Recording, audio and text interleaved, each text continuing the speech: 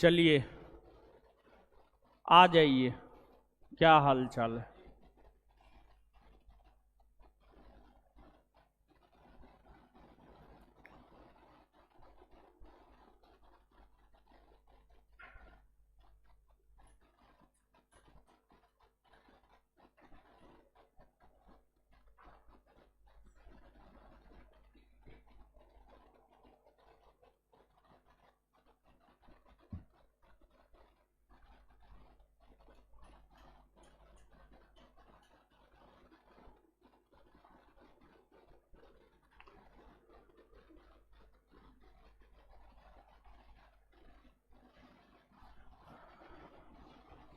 चलिए बताइए, सब लोग ऑनलाइन सब लोग हैं, बताइए दिखाई दे रहे हैं, सुनाई दे रहे हैं, जल्दी से बता दीजिए।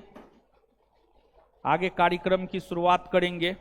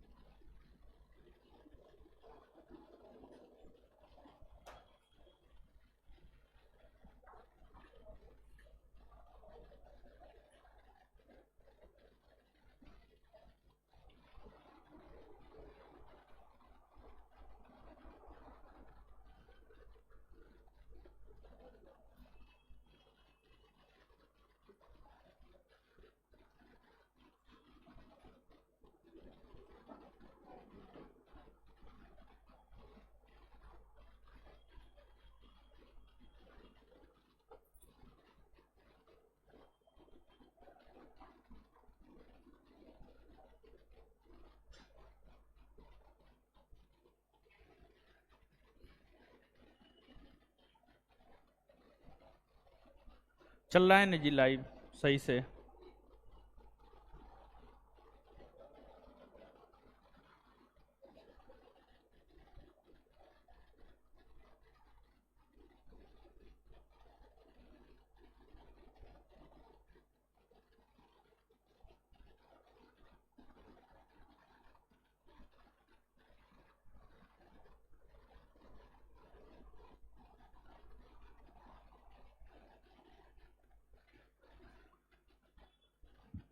चलिए, तो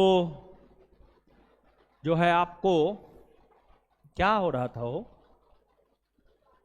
क्या हो रहा था, 5वां चैप्टर का ऑब्जेक्टिव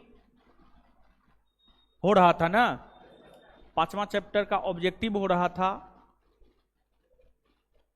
और जो है आपको लेवल 1 करवा दिए थे, लेवल 1 करवा दिए थे, और लेवल 2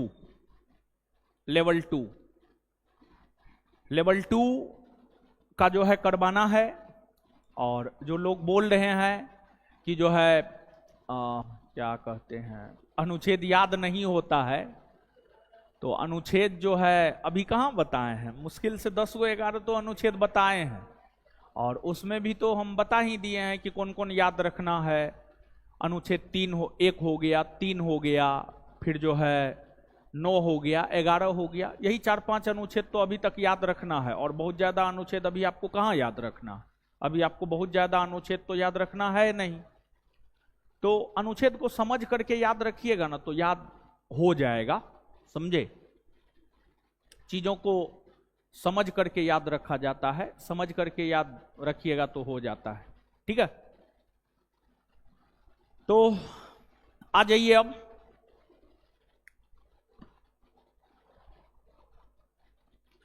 और आज जो है एक अथी भी आया है, क्या कहते हैं, एक वीडियो भी आया है, डीआईजी कार्मिक विभाग की ओर से जो है बिहार एसआई का 2000 और बिहार एसआई का 2000 पोस्ट और बिहार पुलिस का 20,000 के आसपास पोस्ट, तो वो वाला वीडियो भी आया है।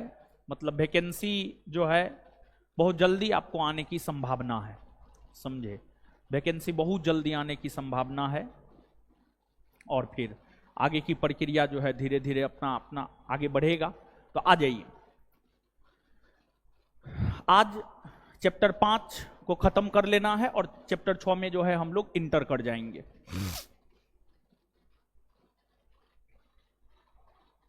सूची 1 को सूची 2 से सुमेलित कीजिए तथा सूचियों के नीचे दिए गए कुट से सही उत्तर चुनिए। संविधान की अनुसूची और विषय। 12वां अनुसूची याद है आपको? एकदम आपको हाँ या ना सिर्फ बोलना है। प्रथम अनुसूची में क्या भारतीय राज्य और संघराज्य क्षेत्र है? द्वितीय अनुसूची में वेतन भत्ता है? तृतीय अनुसूची में शपथ ग्रहण? चौथी में राज्यसभा में सीटों का बंटवारा? पांचवी में अनुसूचित क्षेत्र और जनजातीय क्षेत्र? छठी में असम, मेघालय, मिजोरम, त्रिपुरा के जनजातीय क्षेत्र? सातवीं में शक्ति का बंटवारा या संघ सूची, राज सूची, समवर्ती सूची? आठवीं में राजभाषा? नवीं में भूमि सुधार? 10वीं में दल बदल? 11वीं में पंचायती राज और 12वीं में नगर पालिका। तो चतुर्थ अनुसूची का संबंध है राज्यसभा से। षष्ठम अनुसूची का संबंध है जनजातीय क्षेत्र से।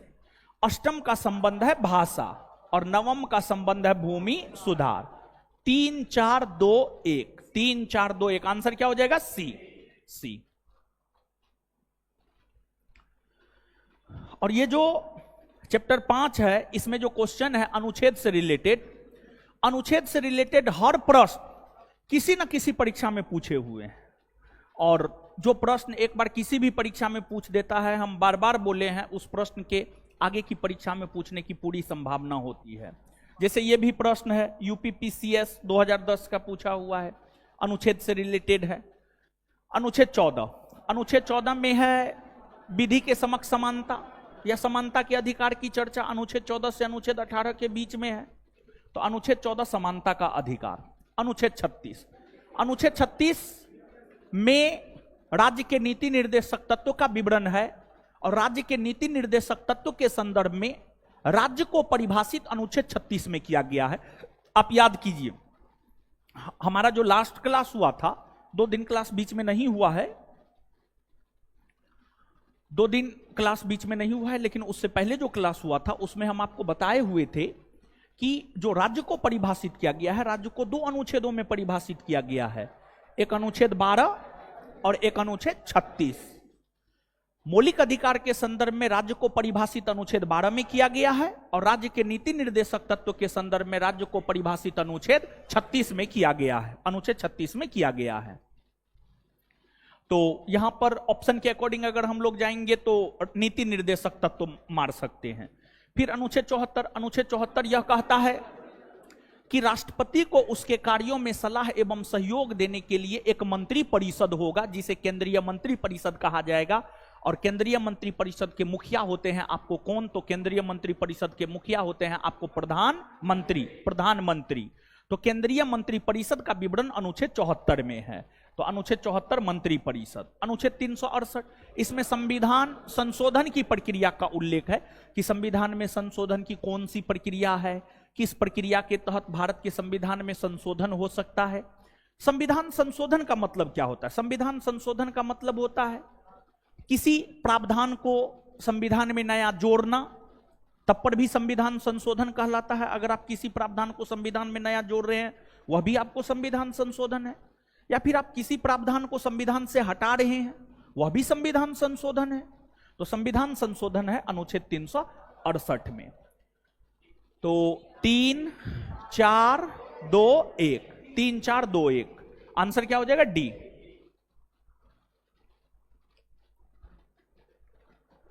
संविधान के निम्नलिखित संशोधनों में से किसके अंतर्गत भारत में महिलाओं के लिए ग्राम पंचायतों में 30% स्थान आरक्षित किया गया है?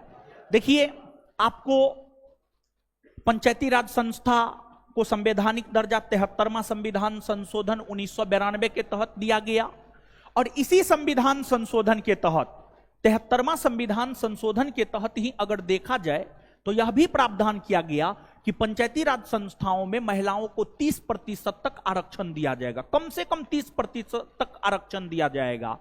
और यह भी प्रावधान किया गया है कि महिलाओं के आरक्षण की सीमा को 30% से बढ़ाया भी जा सकता है, जैसा कि बिहार ने किया भी है। पंचायती राज संस्थाओं में बिहार ने महिलाओं को 50% तक आरक्षण दिया है और बिहार का अनुसरण भारत के अन्य राज्यों ने भी किया है। बिहार का अनुसरण भारत के अन्य राज्यों ने भी किया है और पंचायती राज संस्थाओं में 50% तक आरक्षण देने का काम किया है। तो पंचायती राज संस्थाओं में 30% तक महिलाओं को आरक्षण देने को लेकर प्रावधान 73वां संविधान संशोधन 1992 में किया गया है। आंसर हो जाएगा 73वां।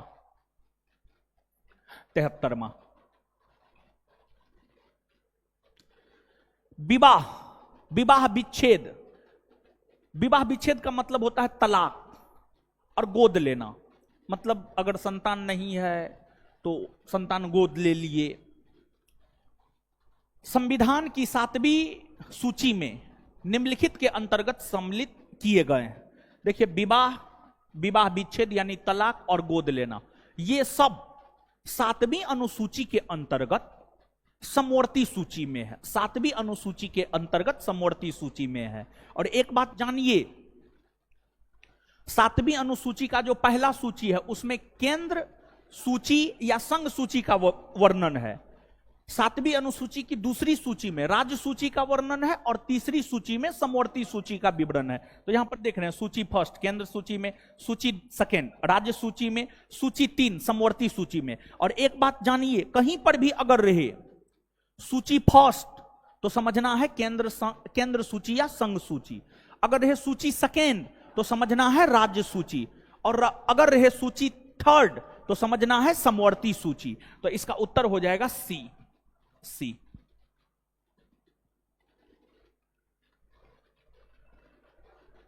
भारतीय संविधान के निम्नलिखित किस या किन अनुच्छेदों द्वारा अंतर्राज्यीय व्यापार एवं व्यवसाय की स्वतंत्रता नियमित की गई है? अंतर्राज्यीय व्यापार एवं व्यवसाय की स्वतंत्रता नियमित की गई है अनुच्छेद 301 में की गई है। 301 में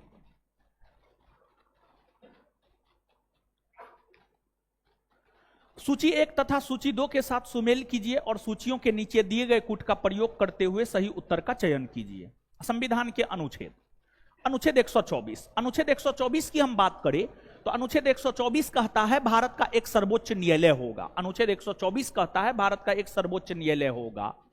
तो सर्वोच्च न्यायालय को हम लोग संघीय न्यायालय भी कह सकते हैं, सर्वोच्च न्यायालय को हम लोग उच्चतम न्यायालय भी कह सकते हैं, सर्वोच्च न्यायालय को हम लोग सुप्रीम कोर्ट भी कह सकते हैं। तो सर्वोच्च न्यायालय कहिए, सुप्रीम कोर्ट कहिए, उच्चतम न्यायालय कहिए, संघीय न्यायपालिका कहिए, सब बात बराबर है। इसकी चर्चा है अनुच्छेद 124 में। अनुच्छेद 5 ये नागरिकता को लेकर प्रावधान करता है। हमने आपको बतलाया है, अगर आपको स्मरण हो तो अनुच्छेद 5 में इस बात का विवरण है कि जब संविधान लागू हुआ था, हमारा संविधान लागू 26 जनवरी 1950 को हुआ था। जब संविधान लागू हुआ था तो संविधान लागू होने के समय भारत के नागरिकता प्राप्त करने की क्या शर्तें थी, यह था आपको अनुच्छेद 5 में। तो नागरिकता, आकस्मिक प्रावधान, विधायी शक्तियों का वितरण, हाँ ठीक है। अनुच्छेद 352 आप याद कीजिए, अनुच्छेद 352 में क्या है? राष्ट्रीय आपात है, नेशनल इमरजेंसी है, उसी को आकस्मिक प्रावधान भी आप कह सकते हैं। 352 और 245 में है विधायी शक्तियों का वितरण, मतलब संघ सूची के विषय पर कानून कौन बनाएगा, राज्य सूची के विषय पर कानून कौन बनाएगा, समवर्ती सूची के विषय पर कानून कौन बनाएगा, यही विधायी शक्तियों का वितरण है और इसकी चर्चा है आपको अनुच्छेद 245 में। तो आंसर हो जाएगा 1, 2, 3 और 4।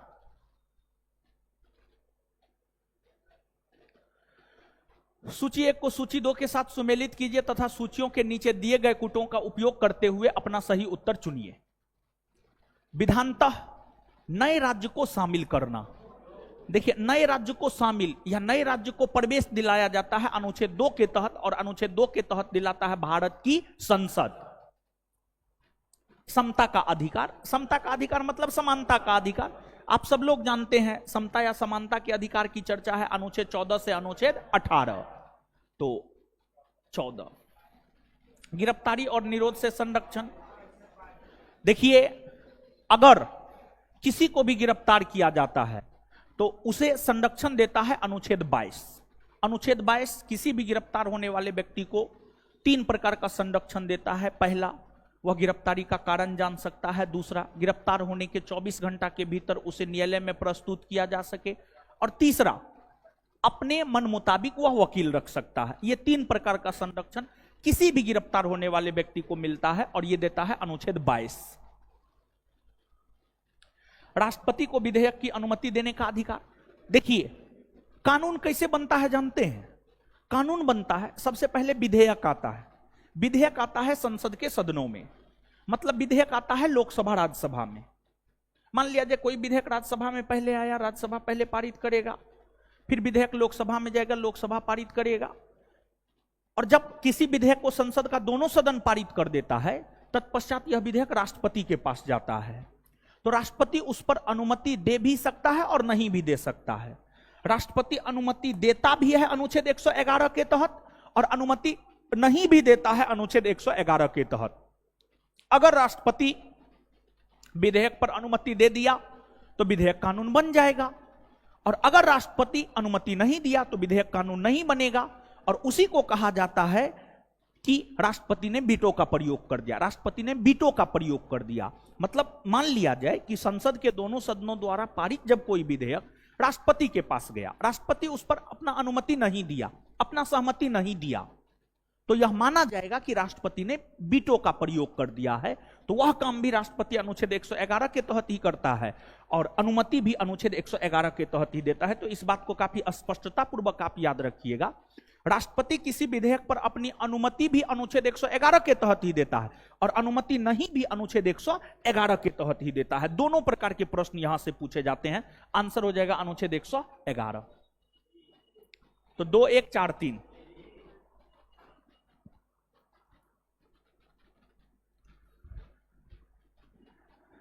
इनमें से कौन सा अनुच्छेद भारतीय संसद को जातियों, उपजातियों एवं जनजातियों को अनुसूचित जातियों की सूची में, अनुसूचित जातियों की सूची में शामिल करने और उससे बाहर करने की शक्ति प्रदान करता है? तो अनुसूचित जाति को लेकर प्रावधान कहां है जानते हैं? है भारतीय संविधान में। और एक बात आप जानिए, अनुसूचित जाति और जनजाति को परिभाषित कहीं नहीं किया गया है, लेकिन अनुसूचित जाति को लेकर प्रावधान है, अनुसूचित जनजाति को लेकर प्रावधान है। तो अनुसूचित जाति की हम बात करें तो इसको लेकर के प्रावधान है अनुच्छेद 341 में। अनुच्छेद 341 में, अनुच्छेद 341 को पढ़िएगा तो वहां पर अनुसूचित जाति के विषय में जो है आपको जानकारी प्राप्त होगा। आंसर हो जाएगा बी।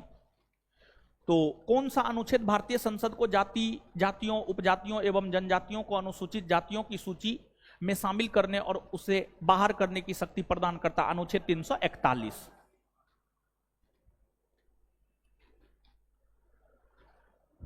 राज्य सूची में स्थानीय महत्व के विषय शामिल होते हैं। हाँ, राज्य सूची में स्थानीय महत्व के विषय शामिल होते हैं, सही बात है। इनमें कौन सा राज्य सूची के अंतर्गत आता है? इसमें कौन राज्य सूची के अंतर्गत आता है?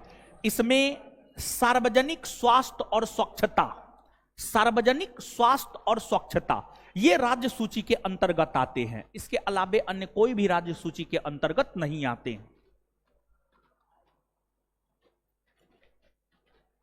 अनुच्छेद 336 में कुछ सेवाओं के लिए किस समुदाय को विशेष प्रावधान मिलता है? देखिए, ध्यान दीजिएगा गुरुजी लोग, आप याद कीजिए, भारतीय संविधान में टोटल 22 भाग है मूलतः। भारतीय संविधान में टोटल 22 भाग है मूलतः। उन 22 भागों में अगर देखा जाए तो एक भाग है भाग 16। अगर आप स्मरण करें तो एक भाग है भाग 16, और भाग 16 की अगर हम बात करें तो भाग 16 कुछ वर्गों के लिए विशेष प्रावधान करता है। कुछ वर्ग जैसे ओबीसी, एससी, एसटी, आंग्ल भारतीय, इन सभी के लिए विशेष प्रावधान करता है भाग 16। और भाग 16 के अंतर्गत आता है अनुच्छेद 330 से अनुच्छेद 342। अनुच्छेद 330 से अनुच्छेद 342। इन अनुच्छेदों में एक अनुच्छेद है अनुच्छेद 336, और अनुच्छेद 336 की हम बात करें तो यह आंग्ल भारतीय समुदाय के लोगों को लेकर के विशेष प्रावधान करता है। अनुच्छेद 336 की अगर हम बात करें तो यह आंग्ल भारतीय समुदाय के लोगों को लेकर विशेष प्रावधान करता है, और आंग्ल भारतीय को ही हम लोग एंग्लो इंडियन कहते हैं। एंग्लो इंडियन कहते हैं तो इसका उत्तर एंग्लो इंडियन हो जाएगा। अब सवाल यह उठता है कि एंग्लो इंडियन किसे कहा जाता है, तो एक बात आप हमको बताइए, आप एक सेकंड में एंग्लो इंडियन को समझ जाइएगा। देखिए एक बात बताइए, 1947 में हमारा देश आजाद हुआ, ब्रिटिशों से आजादी मिली हमें। ब्रिटिश व्यापार करने के लिए 1600 ईस्वी में ही भारत आए। 1600 ईस्वी से लेकर के 1947 ईस्वी तक ब्रिटिशर्स भारत में रहे। तो अनेकों ब्रिटिशर्स, अनेकों फ्रांसीसी ने, अनेकों पुर्तगालियों ने भारतीय स्त्रियों के साथ विवाह किया। तो यूरोपीय पुरुष और भारतीय स्त्री के बीच जो विवाह हुआ, उस विवाह के उपरांत जो संतान की उत्पत्ति हुई, वही एंग्लो इंडियन कहलाया, वही एंग्लो इंडियन कहलाया। मतलब आजादी के समय वैसे कोई भी लोग जिनकी माता भारतीय थी और जिनके पिता यूरोपीय थे, आजादी के समय वैसे कोई भी लोग जिनकी माता भारतीय और पिता यूरोपीय थे, चाहे पिता ब्रिटेन का हो, फ्रांस का हो, पुर्तगाल का हो, स्पेन का हो, डेनमार्क का हो, जर्मनी का हो, फ्रांस का हो, स्विट्जरलैंड का हो, यूरोप महादेश के किसी भी देश का हो, यूरोपीय पिता और भारतीय स्त्री, भारतीय मां, यूरोपीय पिता और भारतीय मां से जो संतान की उत्पत्ति हुई है, वही आपको एंग्लो इंडियन कहलाता है। समझे एंग्लो इंडियन? तो एंग्लो इंडियन को लेकर के हमारे संविधान में प्रावधान किया गया है, और किया भी जाना चाहिए था, क्योंकि आजादी के समय लाखों में एंग्लो इंडियन जो है भारत में हुआ करता था। लेकिन जो है आपको इस बात को भी ध्यान में रखना है कि एंग्लो इंडियन की अगर हम लोग बात करें तो एंग्लो इंडियन की संख्या थी अधिक, लेकिन उतनी भी अधिक नहीं थी एंग्लो इंडियन की संख्या कि वो चुनाव जीत सके। तो इसी वजह से संविधान में एंग्लो इंडियन को लेकर जो है कई प्रकार के विशेष प्रावधान जो है आपको किए गए हैं। एंग्लो इंडियन को लेकर के कई प्रकार के विशेष प्रावधान किए गए हैं, जिसमें अनुच्छेद 336 में भी एंग्लो इंडियन को लेकर विशेष प्रावधान किए गए हैं। आगे आइए, कौन सा युग्म सुमेलित नहीं है, मतलब कौन गलत है? कौन गलत है? मूल कर्तव्य 4 का को सही है, मूल कर्तव्य 4 के को में है। राज्य के शासन की चर्चा भाग 6 में है। हाँ, संघ का शासन 5, राज्य का शासन 6, सही है। भारत का महान्यायवादी भाग 8 नहीं, भारत के महान्यायवादी भाग 8 में नहीं है, भाग 5 में है। देखिए भाग 5 में संघ का शासन है, और संघ के शासन की अगर हम बात करें तो संघ का शासन भारतीय संविधान के भाग 5 में है। भाग 5 के अंतर्गत आता है अनुच्छेद 52 से अनुच्छेद 151, और संघ के शासन को हम लोग 3 भाग में बांटकर पढ़ते हैं, कार्यपालिका, विधायिका और न्यायपालिका।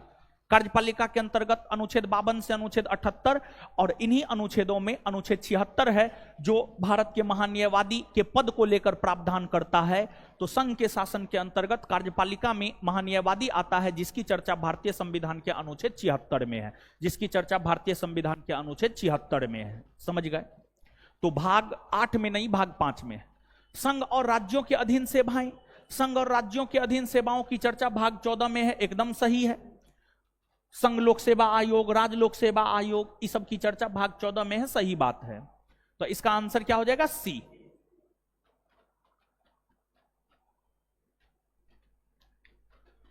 सूची 1 को सूची 2 से सुमेलित कीजिए और नीचे दिए गए कूट का प्रयोग कर सही उत्तर का चयन कीजिए। सूची 1, सूची 2। भारतीय संविधान का भाग 9, भारतीय संविधान के भाग 9 में आप सब लोग जानते हैं पंचायत की चर्चा है। भाग 8, भाग 8 में केंद्र शासित प्रदेश या संघ राज्य क्षेत्रों के शासन प्रशासन के विषय में हमें जानकारी प्राप्त होती है। तो भाग 8 में है संघ क्षेत्र। भारतीय संविधान का भाग 4 का को, इसमें है मौलिक कर्तव्य। भारतीय संविधान का भाग 9 का को, इसमें है नगर पालिका, इसमें है नगर पालिका। 3, 1, 4, 2, 3, 1, 4, 2, आंसर क्या हो जाएगा? ए। नेक्स्ट, निम्नलिखित में से कौन सा युग्म सही सुमेलित नहीं है, मतलब कौन गलत है। नागरिकता को लेकर प्रावधान भाग 2 में है, हाँ नागरिकता को लेकर प्रावधान भाग 2 में है, सही है। संघ राज्य क्षेत्र को लेकर प्रावधान भाग 7 में है, नहीं। संघ राज्य क्षेत्र को लेकर प्रावधान भाग 8 में है।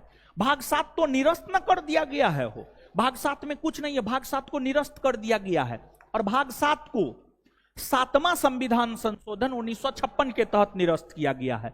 भाग 7 को 7वां संविधान संशोधन 1956 के तहत निरस्त किया गया है, इसमें कुछ भी नहीं है। नगरपालिका भाग 9 का 1 सही है, निर्वाचन भाग 15 सही है, तो आंसर क्या हो जाएगा, बी। बी।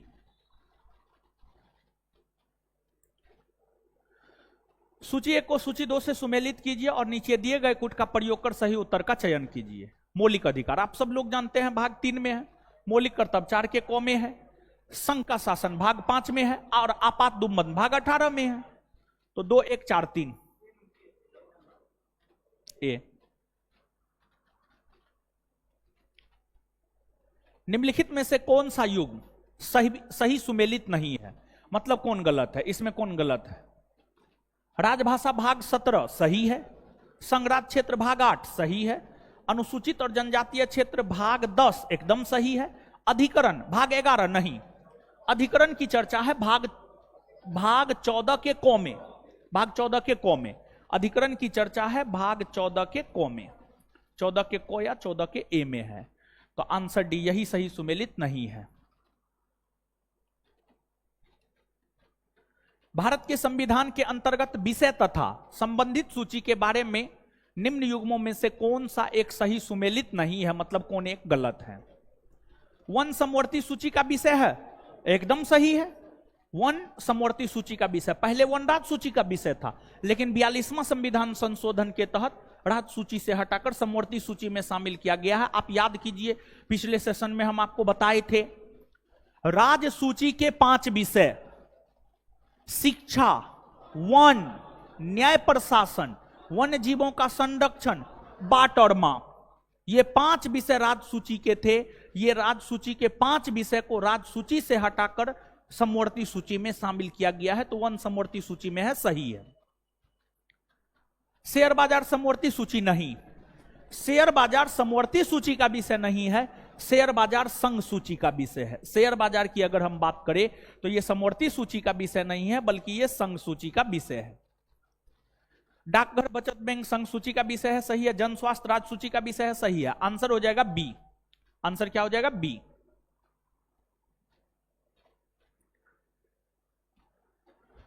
सूची 1 को सूची 2 से सुमेलित कीजिए तथा सूचियों के नीचे दिए गए कूट से सही उत्तर चुनिए। तृतीय अनुसूची अभी तुरंत थोड़ा देर पहले बताएं, तृतीय अनुसूची में शपथ या प्रतिज्ञान। चतुर्थ अनुसूची राज्यसभा में सीटों का बंटवारा। 7वीं अनुसूची संसद और राज्य विधान मंडलों द्वारा बनाई गई विधियों की विषय सूची। 8वीं अनुसूची भाषा। 2 1 4 3 2 1 4 3 आंसर हो जाएगा सी। सूची 1 को सूची 2 से सुमेलित कीजिए और नीचे दिए कूट का प्रयोग कर सही उत्तर चुनिए। मान्यता प्राप्त भाषाएं, मान्यता प्राप्त भाषाएं की चर्चा है 8वीं अनुसूची में। दल बदल विरोधी कानून 10वीं अनुसूची में। राज्य और केंद्र शासित प्रदेश पहली अनुसूची में, पहली अनुसूची में है। राज्य और केंद्र शासित प्रदेश पहली अनुसूची में। राज्य एक नए राज्य और केंद्र शासित प्रदेश होगा, राज्य और केंद्र शासित प्रदेश पहली अनुसूची में। राज्यसभा की सीटों का आवंटन, इसकी चर्चा है 4थी अनुसूची में, 4थी अनुसूची में। अनुसूचित क्षेत्र तथा अनुसूचित जनजातियां, इसकी चर्चा है 5वीं अनुसूची में। तो 4 2 5 4 2 5 1 3 सी होगा उत्तर। चलिए ठीक। नेक्स्ट, सूची 1 को सूची 2 से सुमेलित कीजिए तथा नीचे दिए कूट से सही उत्तर चुनिए। केंद्र सूची, राज्य सूची, समवर्ती सूची, अवशिष्ट सूची। इसमें कौन विषय केंद्र सूची का है? तो इसमें है जनगणना। जनगणना, जनगणना, जनगणना मतलब जन मतलब लोग, गणना मतलब गिनती करवाना। भारत में जितने लोग हैं उनकी गिनती करवाना भारत सरकार का काम है, संघ सूची में आता है। और 2021 में जनगणना होना चाहिए था, हो नहीं पाया है। और एक बात जानते हैं, भारत में जो भी समस्या होता है, हर समस्या का एक मूल कारण माना जाता है जनसंख्या। समझ गए? अब बताइए कि जो है आपको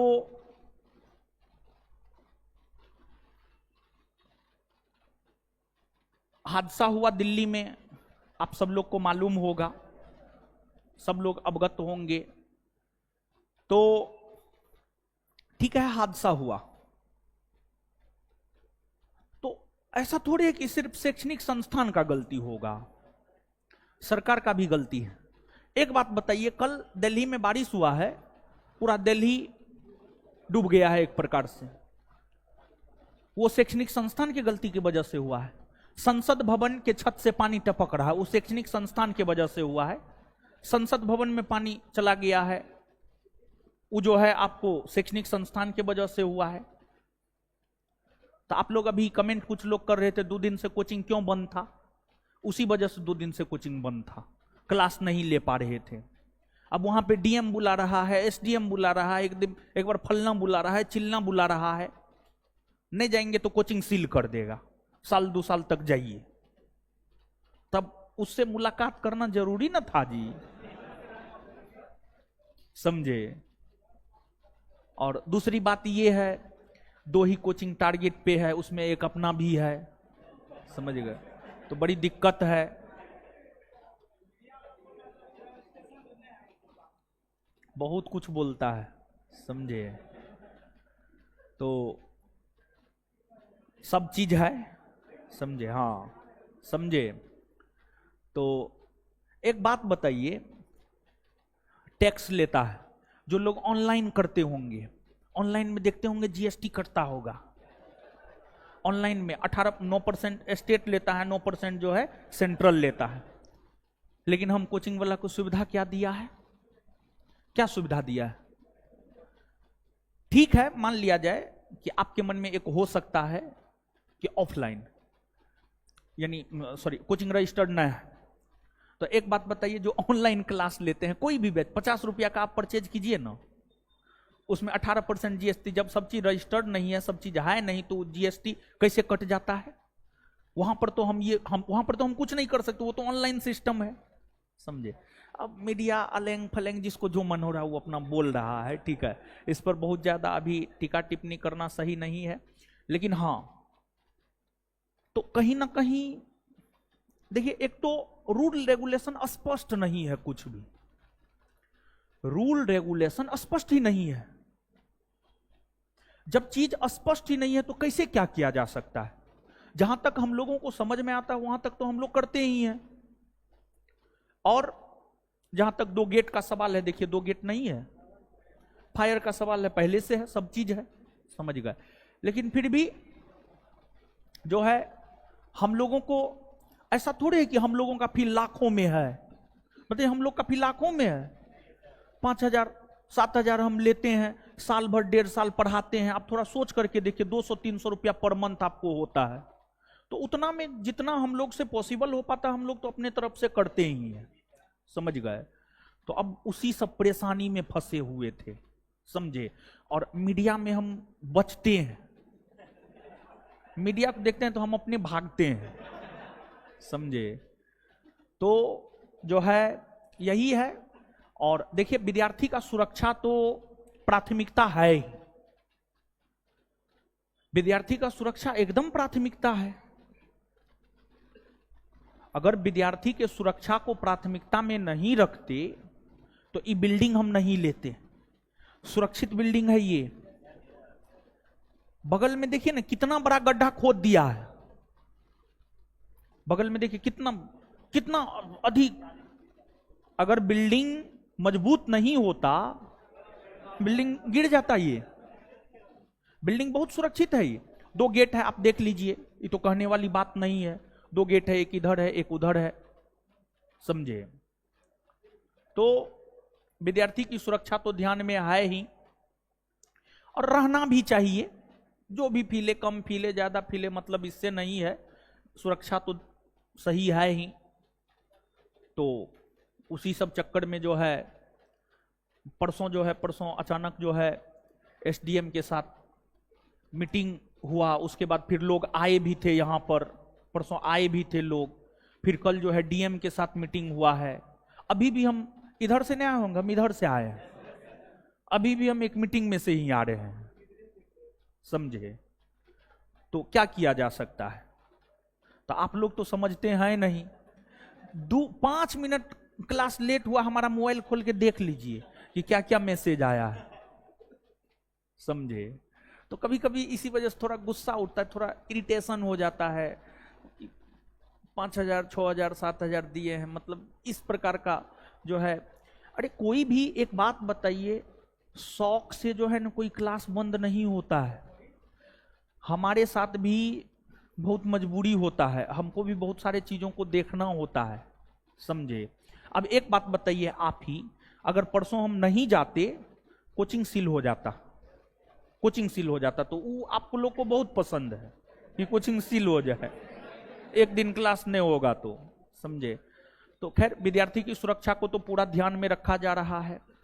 और मेन जो है थोड़ा इंस्ट्रक्शन हमको मिला है कि जो रोड है उसमें तो बांस हम अपना ही करवाए हैं, लेकिन उसको और पुख्ता करने का इंस्ट्रक्शन मिला है, तो उसको और पुख्ता करवा देंगे।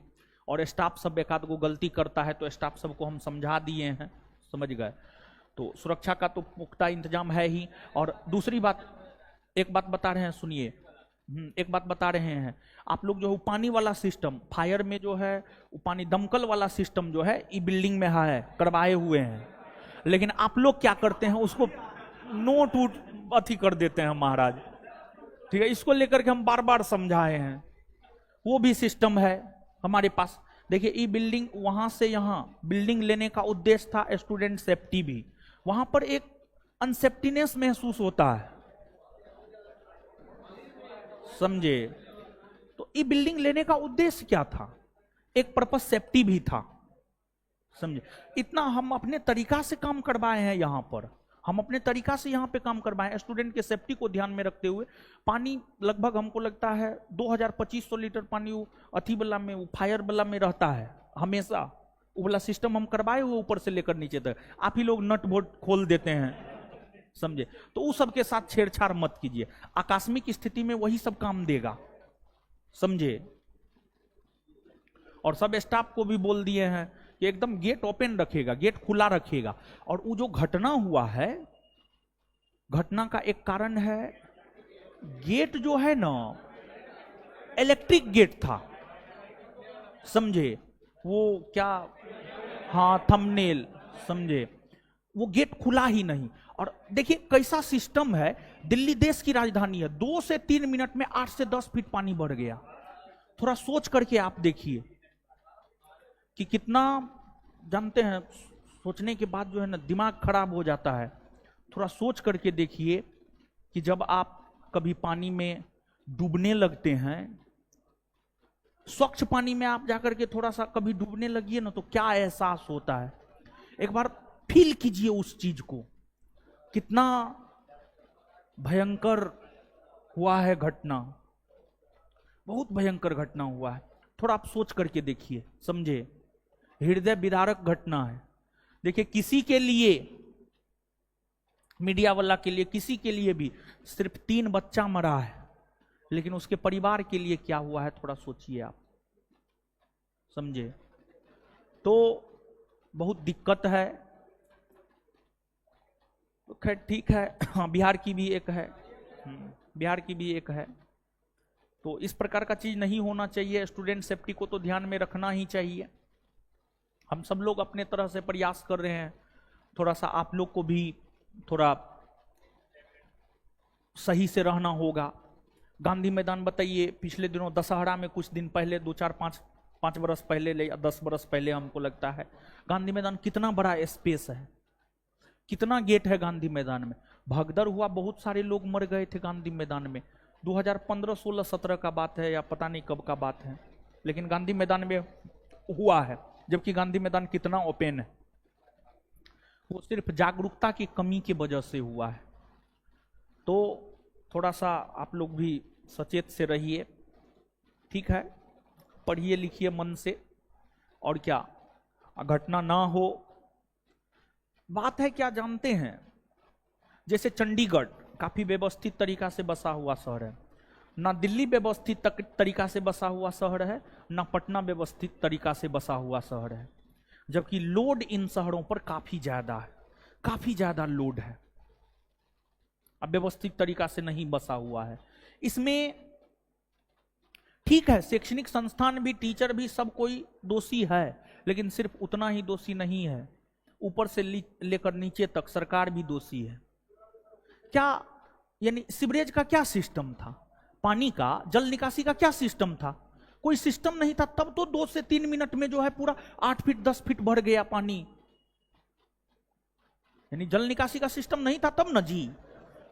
अब जल निकासी जो है शैक्षणिक संस्थान का काम है, वो तो सरकार का काम है, एमसीडी का काम है। तो ऊपर से लेकर नीचे तक हर कोई जो है, हर कोई इसमें इन्वॉल्व है, इस घटना का दोषी हर कोई है, लेकिन किसी भी एक को पकड़ करके उस पर सारा इल्जाम थोप देना। अभी पूरे भारतवर्ष में कोचिंग निशाने पर है, पूरे भारतवर्ष का कोचिंग निशाने पर है, अभी समझ गए, पूरे भारतवर्ष का। तो खैर ठीक है। तो जनगणना केंद्र सूची का विषय है, और इसके बाद राज्य सूची की हम लोग बात करें तो पुलिस और सार्वजनिक स्वास्थ्य राज्य सूची का विषय है। समवर्ती सूची की हम बात करें, जनसंख्या नियंत्रण तथा परिवार नियोजन, यानी जनसंख्या पर कंट्रोल करने को लेकर, और परिवार नियोजन ये समवर्ती सूची का विषय है, ये समवर्ती सूची का विषय है। और फिर अवशिष्ट सूची के अंतर्गत जो है अंतरिक्ष अनुसंधान आता है, मतलब वैसा विषय जो ना संघ सूची में है, ना राज्य सूची में है, ना समवर्ती सूची में है, वो अवशिष्ट विषय के अंतर्गत जो है आपको आता है। तो 3, 1, 4, 2, 3, 1, 4, 2, आंसर क्या हो जाएगा? ए।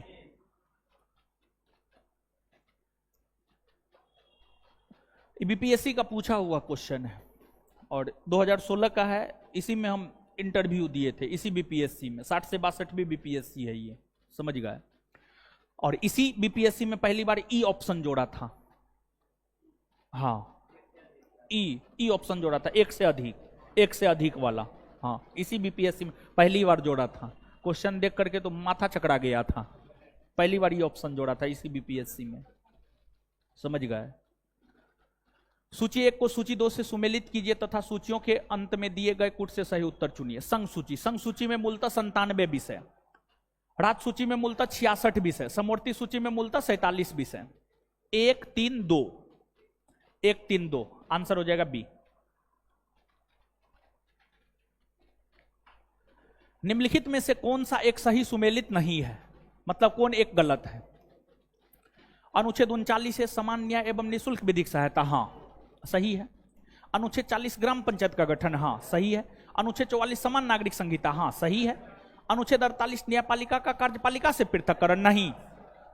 अनुच्छेद 48 में है कृषि एवं पशुपालन, अनुच्छेद 48 में है कृषि एवं पशुपालन। न्यायपालिका का कार्यपालिका से पृथक्करण यह है अनुच्छेद 50 में, अनुच्छेद 50 में। आंसर हो जाएगा डी।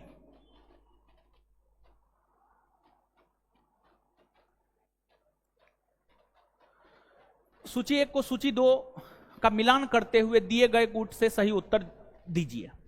ग्राम पंचायत का गठन, इसकी चर्चा है अनुच्छेद 40। समान आचार संहिता, इसकी चर्चा है अनुच्छेद 44। कृषि एवं पशुपालन 48। न्यायपालिका का कार्यपालिका से पृथक्करण अनुच्छेद 50। 3, 4, 2, 1, आंसर ए होगा, ए। सूची 1 को सूची 2 से सुमेलित कीजिए और नीचे दिए गए कूट का प्रयोग कर सही उत्तर का चयन कीजिए। अनुच्छेद 323 ए प्रशासनिक अधिकरण, प्रशासनिक अधिकरण। 324 निर्वाचन आयोग, अनुच्छेद 324 यह कहता है भारत का एक चुनाव आयोग होगा या निर्वाचन आयोग होगा जो लोकसभा, राज्यसभा, राष्ट्रपति, उपराष्ट्रपति, विधानसभा, विधान परिषद के लिए चुनाव करवाता है। अनुच्छेद 330 की अगर आप बात करेंगे तो लोकसभा में एससी और एसटी के लिए सीट आरक्षित है, लोकसभा में जो एससी और एसटी के लिए सीट आरक्षित है उसकी चर्चा है अनुच्छेद 330 में। लोकसभा में एससी के लिए 84 और एसटी के लिए 47 सीट आरक्षित है। 47। 320 लोक सेवा आयोग, संघ लोक सेवा आयोग हो, राज्य लोक सेवा आयोग हो, इन सभी के काम, जो संघ लोक सेवा आयोग होता है इसका कुछ काम है, जो राज्य लोक सेवा आयोग होता है उसका कुछ काम है, तो जो लोक सेवा आयोग होते हैं उसके कार्यों की चर्चा है अनुच्छेद 320 में। अनुच्छेद 320 में तो 2143, 2143 आंसर सी। कौन सा युग्म सही सुमेलित नहीं है, मतलब कौन गलत है? भारतीय संविधान का अनुच्छेद और संबंधित राज्य। अनुच्छेद 371 ए नागालैंड, सही है। 371 बी असम, हाँ सही है। 371 सी मेघालय, नहीं। 371 सी के तहत मणिपुर को विशेष राज्य का दर्जा दिया गया है। 371 सी की अगर आप बात करेंगे तो इसके तहत जो है आपको मणिपुर को विशेष राज्य का दर्जा दिया गया। मणिपुर को विशेष राज्य का दर्जा दिया गया है। 371 डी आंध्र प्रदेश, सही है। आंसर हो जाएगा सी। देखिए अनुच्छेद 371 के तहत कुछ राज्यों को विशेष राज्य का दर्जा दिया गया है। 371 के तहत महाराष्ट्र और गुजरात को विशेष राज्य का दर्जा दिया गया है। फिर 371 ए के तहत नागालैंड, बी के तहत असम, सी के तहत मणिपुर, डी के तहत आंध्र प्रदेश को विशेष राज्य का दर्जा दिया गया है। तो इसमें सुमेलित नहीं है, सी नंबर। सूची 1 को सूची 2 से सुमेलित कीजिए और नीचे दिए कुट का प्रयोग कर सही उत्तर चुनिए। नए राज्यों का गठन। नए राज्यों का गठन भारतीय संविधान के अनुच्छेद 3, अनुच्छेद 3। नागरिकता को लेकर प्रावधान भारतीय संविधान के भाग 2 में है। मौलिक अधिकार भाग 3 में है। प्रशासनिक अधिकरण भारतीय संविधान के अनुच्छेद 323 के ए में है। 2143।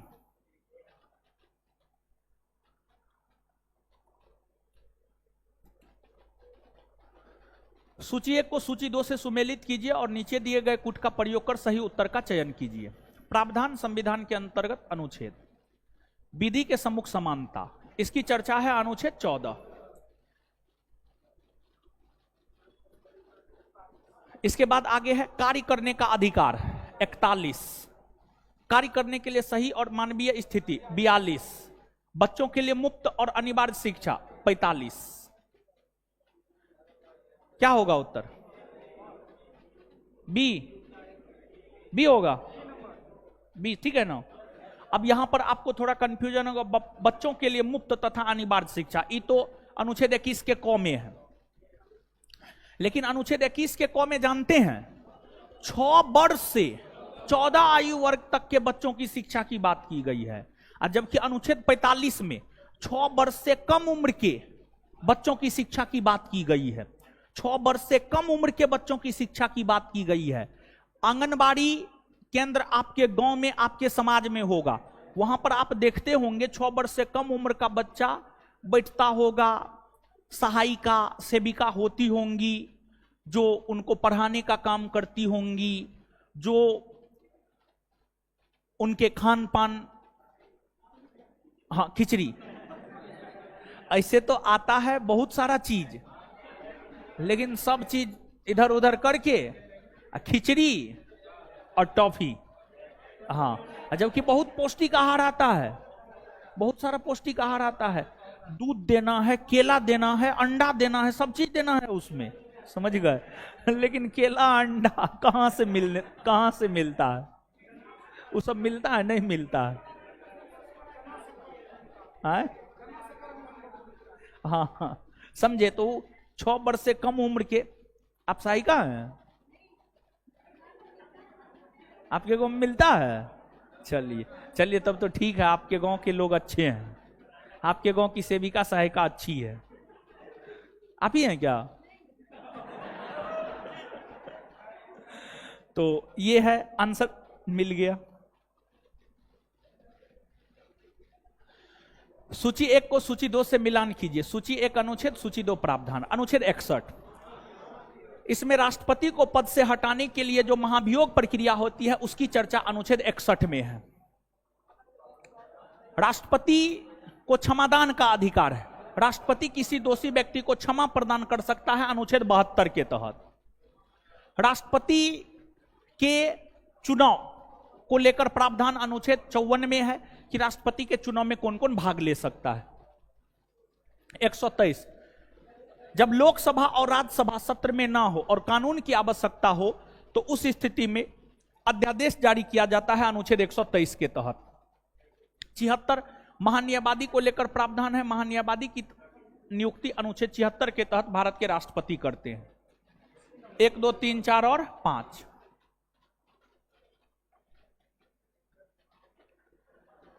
सूची 1 को सूची 2 से सुमेलित कीजिए तथा नीचे दिए कूट से सही उत्तर चुनिए। आ जाइए, भारत का नियंत्रक एवं महालेखा परीक्षक। भारत का एक नियंत्रक और महालेखा परीक्षक होगा, इसको लेकर के प्रावधान है अनुच्छेद 148 में। और नियंत्रक और महालेखा परीक्षक भारत के सार्वजनिक धन का संरक्षक होता है, इसकी नियुक्ति राष्ट्रपति करता है। वित्त आयोग, इसको लेकर प्रावधान है अनुच्छेद 280 में। प्रशासनिक अधिकरण, इसको लेकर प्रावधान है अनुच्छेद 323 के क में। संघ लोक सेवा आयोग, इसको लेकर प्रावधान है अनुच्छेद 315 में। 3, 2, 4, 1 आंसर ए।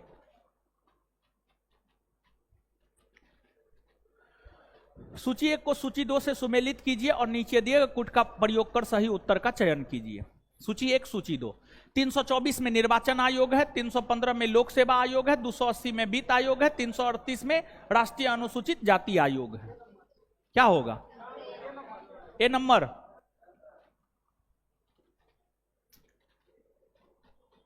सूची 1 को सूची 2 से मिलान कीजिए। सूची 1 अनुच्छेद, सूची 2 प्रावधान। 265, कानून के प्राधिकार के बिना कर नहीं लगाया जा सकता है। 266, भारत की संचित निधि। 267, आकस्मिक निधि। 263, अंतर्राज्यीय परिषद। 1, 2, 3 और 4। सूची 1 को सूची 2 से सुमेलित कीजिए तथा नीचे दिए कूट का प्रयोग कर सही उत्तर का चयन कीजिए। सूची 1, 76। 76 में है भारत का महान्यायवादी। 148, भारत का नियंत्रक महालेखा परीक्षक। 75, केंद्रीय मंत्रियों की नियुक्ति। 131, सर्वोच्च न्यायालय का क्षेत्राधिकार। क्या होगा? बी।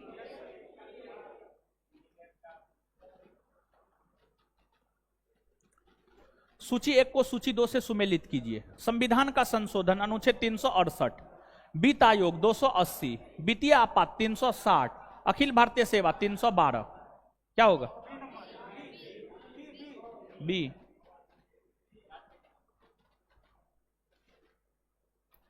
सूची 1 तथा सूची 2 के सुमेलित कीजिए। 16 में है अवसर की समानता, सार्वजनिक रोजगार में समान अवसर। 32 में है संवैधानिक उपचार। 14 में है कानून के समक्ष समानता। 17 में है अस्पृश्यता अपराध है। ए नंबर।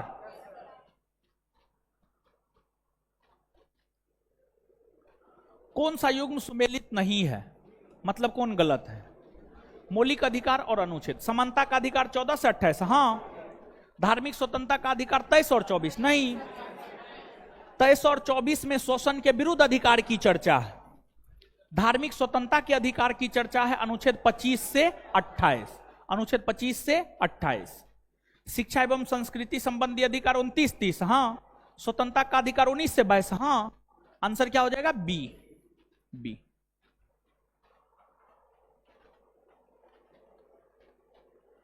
भारत के राष्ट्रपति की पद अवधि पद ग्रहण करने की तिथि से 5 वर्ष की होती है, किंतु वह पुनर्निर्वाचन का पात्र है। यह व्याख्या है। देखिए, राष्ट्रपति से संबंधित जानते हैं, अनुच्छेद 52 से अनुच्छेद 62 है। अनुच्छेद 52 क्या कहता है जानते हैं? अनुच्छेद 52 कहता है भारत का एक राष्ट्रपति होगा। अनुच्छेद 53 यह कहता है संघ की कार्यपालिका शक्ति राष्ट्रपति में निहित होगी। अनुच्छेद 54 राष्ट्रपति के निर्वाचक मंडल के विषय में बतलाता है। अनुच्छेद 55 राष्ट्रपति के चुनाव के रीति या तरीका के विषय में बतलाता है। अनुच्छेद 56 राष्ट्रपति के कार्यकाल, राष्ट्रपति का कार्यकाल कितने वर्षों का होगा। और अनुच्छेद 56 यह कहता है राष्ट्रपति का कार्यकाल उसके शपथ ग्रहण करने की तिथि से 5 वर्षों का होगा। फिर अनुच्छेद 57 राष्ट्रपति कोई व्यक्ति दोबारा नियुक्त हो सकता है या नहीं हो सकता है। अनुच्छेद 57 यह कहता है भारत में कोई भी व्यक्ति दोबारा राष्ट्रपति पुनर्नियुक्त हो सकता है। भारत में जितनी बार चाहे उतनी बार कोई भी व्यक्ति राष्ट्रपति बन सकता है। लेकिन आज तक भारतीय इतिहास में एकमात्र राष्ट्रपति राजेंद्र प्रसाद है जो 2 बार बने हैं, उनके अलावा कोई भी 2 बार नहीं बना है। लेकिन संवैधानिक प्रावधान के तहत एक ही व्यक्ति 2 या 2 से अधिक बार भारत के राष्ट्रपति बन सकते हैं, कहीं कोई दिक्कत नहीं है। 1 से अधिक बार आराम से बन सकते हैं, जितना बार मन उतना बार बन सकते हैं। फिर अनुच्छेद 58 राष्ट्रपति बनने की योग्यता, 59 राष्ट्रपति पद की शर्तें, 60 शपथ ग्रहण, 61 महाभियोग और 62 राष्ट्रपति का पद रिक्त होता है तो उसको लेकर के क्या प्रावधान किए जाते हैं और कितने माह के भीतर नए राष्ट्रपति का चुनाव होता है। तो अनुच्छेद 62 यह कहता है कि अगर राष्ट्रपति का पद रिक्त होता है तो 6 माह के भीतर नए राष्ट्रपति का चुनाव होना चाहिए। समझ गए? तो ये है। तो अनुच्छेद 56 में राष्ट्रपति के कार्यकाल और 57 में पुनर्नियुक्ति, यानी इसका उत्तर हो जाएगा 56 और 57, यानी आंसर हो जाएगा ए।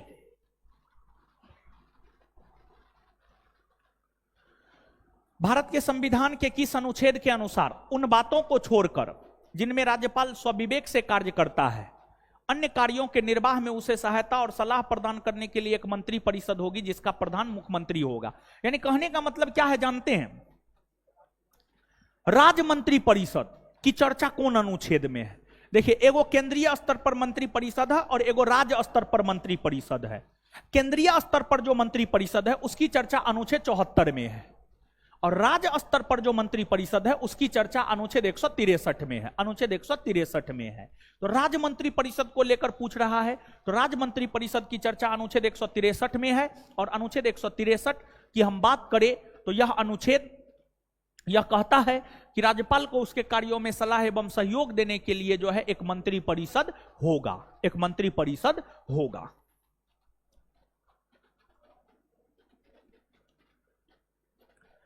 भारतीय संविधान के किस अनुच्छेद के तहत राज्यपाल किसी विधेयक को राष्ट्रपति की सलाह के लिए रख सकता है? देखिए, ध्यान दीजिएगा, जैसे केंद्रीय स्तर पर जब कोई विधेयक लोकसभा राज्यसभा पारित कर देता है तो राष्ट्रपति के पास जाता है मंजूरी के लिए, राष्ट्रपति मंजूरी दे देता है तो वह विधेयक कानून बन जाता है। उसी प्रकार से राज्य स्तर पर जब कोई विधेयक विधानसभा और विधान परिषद से पारित हो जाता है तो अनुमति के लिए राज्यपाल के पास जाता है। राज्यपाल उस पर अपनी अनुमति अनुच्छेद 200 के तहत देते हैं और राज्यपाल राज्य में राष्ट्रपति का एक एजेंट होता है। राज्यपाल राज्य में राष्ट्रपति का एक एजेंट होता है। राज्यपाल अगर चाहे तो उस विधेयक को राष्ट्रपति के लिए सुरक्षित रख सकता है और राज्यपाल किसी विधेयक को राष्ट्रपति के लिए सुरक्षित रख सकता है या राष्ट्रपति को आरक्षित कर सकता है या राष्ट्रपति को भेज सकता है।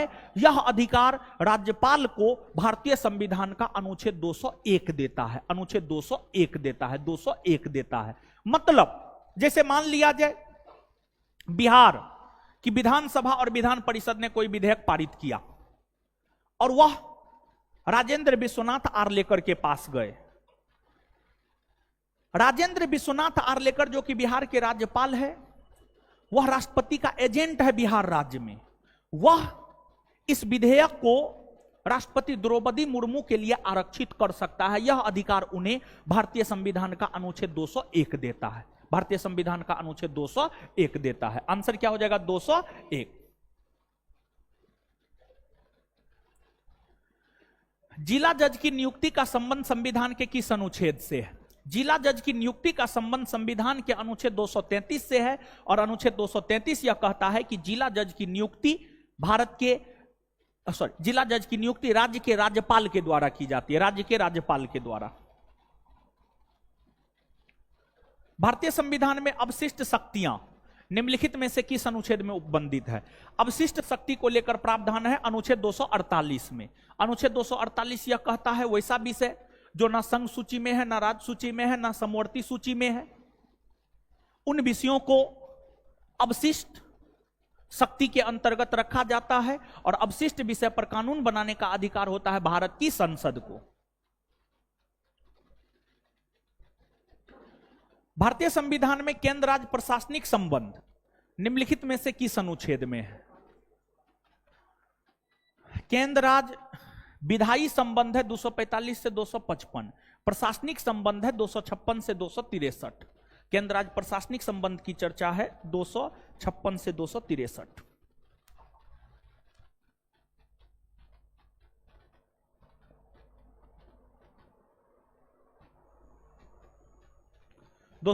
से 263। नेक्स्ट, संविधान के किस अनुच्छेद के तहत यह उपबंधित है कि निर्वाचक नामावली धर्म, मूल वंश, जाति या लिंग के आधार पर तैयार नहीं की जाएगी? मतलब जो भारत का मतदाता सूची तैयार होता है उसमें धर्म, मूल वंश, जाति, लिंग के आधार पर भेदभाव नहीं किया जाएगा। कहने का मतलब यह है, यानी भारत का जो मतदाता सूची तैयार होता है उसमें इस आधार पर नहीं कि आप इस्लाम धर्म के हैं तो आपका नाम हम शामिल नहीं करेंगे, आप किसी खास मूल वंश के हैं तो आपका नाम शामिल नहीं करेंगे, आपकी जाति कोई खास है तो हम आपको शामिल नहीं करेंगे, आप महिला हैं तो हम आपको शामिल नहीं करेंगे। नहीं, भारत की मतदाता सूची जब तैयार की जाती है उसमें सिर्फ यह देखा जाता है कि व्यक्ति भारतीय नागरिक है या नहीं और उसका उम्र 18 वर्ष से अधिक हुआ है या नहीं, 18 वर्ष या उससे अधिक हुआ है या नहीं। सिर्फ इतना के आधार पर भारत के मतदाता सूची में आपका नाम शामिल कर दिया जाता है। वहां पर मतदाता सूची में नाम शामिल करने में धर्म, मूल वंश, लिंग, जाति इन सभी को आधार नहीं बनाया जाता, इन चीजों पर भेदभाव नहीं किया जाता। इस बात की चर्चा है भारतीय संविधान के अनुच्छेद 325 में, अनुच्छेद 325 में।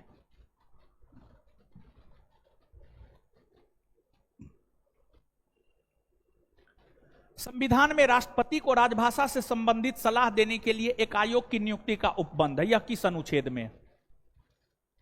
राजभाषा को लेकर प्रावधान भाग 17 में अनुच्छेद 343 से 351 करता है। इन अनुच्छेदों में एक अनुच्छेद है अनुच्छेद 344। अनुच्छेद 344 राष्ट्रपति को राजभाषा को लेकर सलाह देने को लेकर एक राजभाषा आयोग के गठन की बात करता है। तो आंसर हो जाएगा अनुच्छेद 344।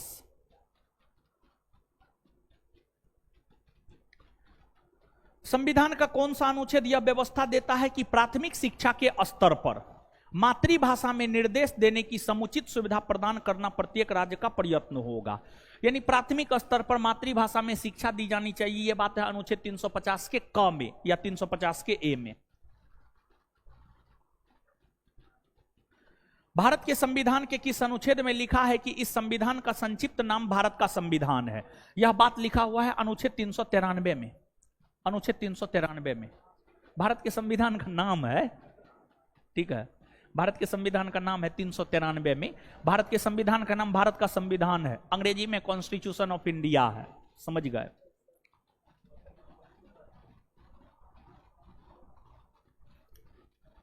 कौन सा सही सुमेलित नहीं है, मतलब कौन गलत है? अनुच्छेद और विशेष प्रावधान। 371C अरुणाचल प्रदेश नहीं, 371C में मणिपुर को लेकर के विशेष प्रावधान है। मणिपुर को लेकर के विशेष प्रावधान है। 371D आंध्र प्रदेश सही है, जी मिजोरम सही है, आई गोवा सही है। आंसर हो जाएगा ए, यही सही सुमेलित नहीं है।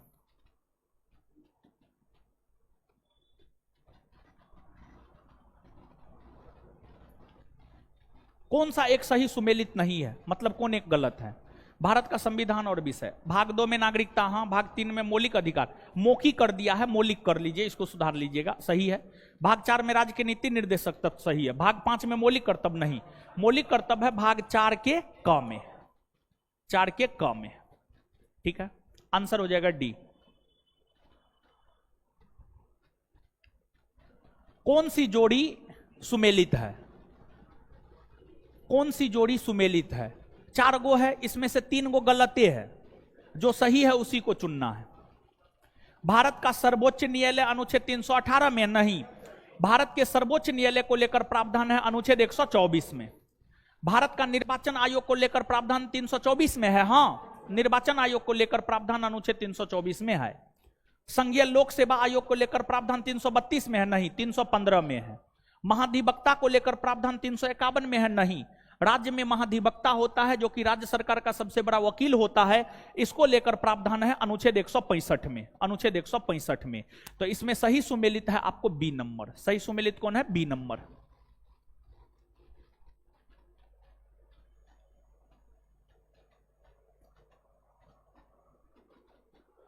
सूची 1 को सूची 2 से सुमेलित कीजिए।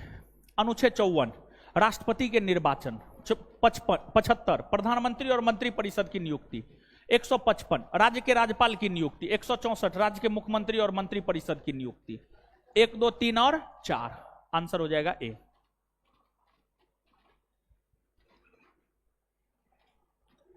सूची 1 को सूची 2 से सुमेलित कीजिए तथा सूचियों के नीचे दिए गए कूट का प्रयोग कर सही उत्तर चुनिए।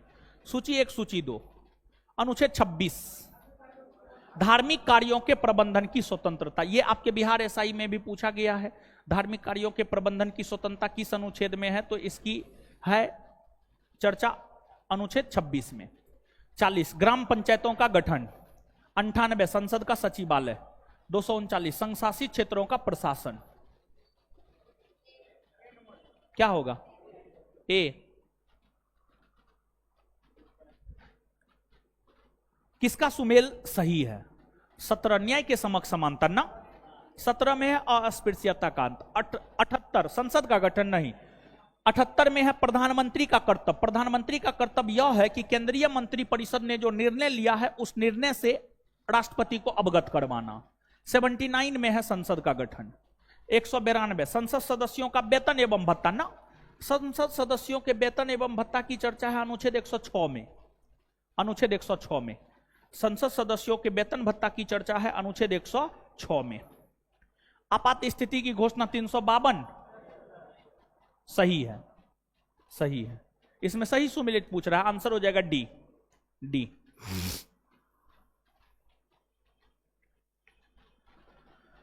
सूची 1 को सूची 2 से सुमेलित कीजिए। 7वीं अनुसूची, इसमें संघ राज्य तथा समवर्ती सूची को लेकर प्रावधान है। 8वीं अनुसूची भाषाएं, भाषाएं।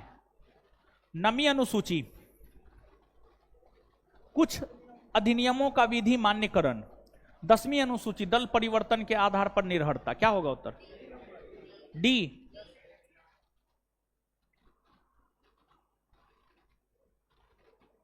कौन सा युग्म सही सुमेलित नहीं है? मतलब कौन गलत है? 3री अनुसूची शपथ या प्रतिज्ञान, हाँ। 10वीं अनुसूची दल परिवर्तन, हाँ। 8वीं भाषा, हाँ। 9वीं अनुसूची राजभाषा में ना। भूमि सुधार है, राज्यसभा में स्थानों का आवंटन 4थी अनुसूची में। आंसर हो जाएगा डी। सुमेलित कीजिए। रिपीटेड क्वेश्चन है ये। क्या होगा उत्तर बता दे? ए। ए। भारतीय संविधान की 10वीं अनुसूची का संबंध है दल बदल विरोधी कानून से। दल बदल विरोधी कानून से। भारत के संविधान की किस अनुसूची के अधीन जनजातीय भूमि का खनन के लिए निजी पक्षकारों को अंतरण अकृत और शून्य घोषित किया जा सकता है? 5वीं अनुसूची। 5वीं अनुसूची किस विशिष्ट समूह के लोगों के शासन और हितों की सुरक्षा से संबंधित है? अनुसूचित जनजाति। अनुसूचित जनजाति। भारतीय संविधान की 6ठी अनुसूची किन राज्यों के जनजातीय क्षेत्रों के प्रशासन से संबंधित है? असम, मेघालय, मिजोरम, त्रिपुरा के जनजातीय क्षेत्रों के प्रशासन से संबंधित है। कौन भारतीय संविधान के अंतर्गत सही सुमेलित नहीं है? मतलब कौन गलत है? पंचायत भाग 9 सही है, नगर पालिका 9 को सही है, सहकारी समिति 9 को सही है, अधिकरण भाग 10 नहीं। अधिकरण की चर्चा है भाग 14 के क में। 14 के क में। भाग 10 में है अनुसूचित और जनजातीय क्षेत्र। सूची 1 को सूची 2 के साथ सुमेलित कीजिए। मौलिक अधिकार। मौलिक अधिकार है भारतीय संविधान के भाग 3 में। मौलिक कर्तव्य 4 के क में। संघ का शासन भाग 5 में। आपात उपबंध भाग 18 में। 2, 1, 4, 3 आंसर ए।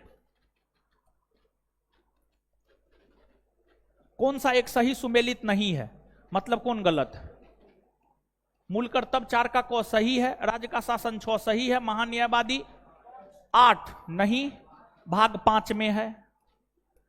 संघ और राज्य के अधीन सेवाएं 14, सही है, आंसर हो जाएगा सी।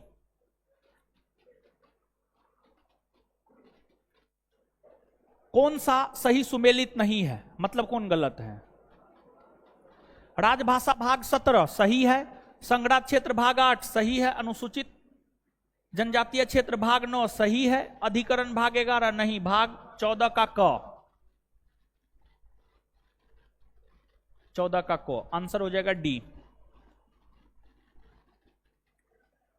सूची 1 को सूची 2 से सुमेलित कीजिए और सूचियों के नीचे दिए गए कूट की सहायता से सही उत्तर का चयन कीजिए। भाग 15 में निर्वाचन को लेकर के प्रावधान है, भाग 16 में कुछ वर्गों के विशेष उपबंध को लेकर प्रावधान है, भाग 17 में राजभाषा और भाग 18 में आपात उपबंध। क्या होगा? बी।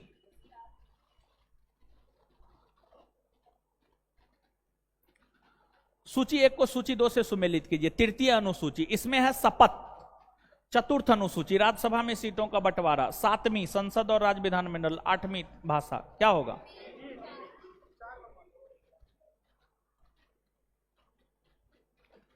सूची 1 को सूची 2 से सुमेलित कीजिए। 7वीं अनुसूची विधायी शक्तियों का वितरण। 8वीं भाषा। 10वीं दल परिवर्तन। सॉरी, यहां पे थोड़ा टाइपिंग मिस्टेक है, थोड़ा सुधारिएगा, ठीक है। यहां पर 9वीं अनुसूची कर लीजिए। 9वीं अनुसूची, कुछ अधिनियमों का विधि मान्यकरण। 3, 1, 2, 4, आंसर ये होगा, ठीक। सुधार कर ना लिए। कौन सा युग्म सही सुमेलित नहीं है, मतलब कौन गलत है? तीसरी अनुसूची शपथ या प्रतिज्ञान सही है, इसमें आंसर डी होगा, रिपीटेड क्वेश्चन है। सही सुमेलित नहीं है, सी होगा, ये भी रिपीटेड है, बताए हैं इससे पहले भी।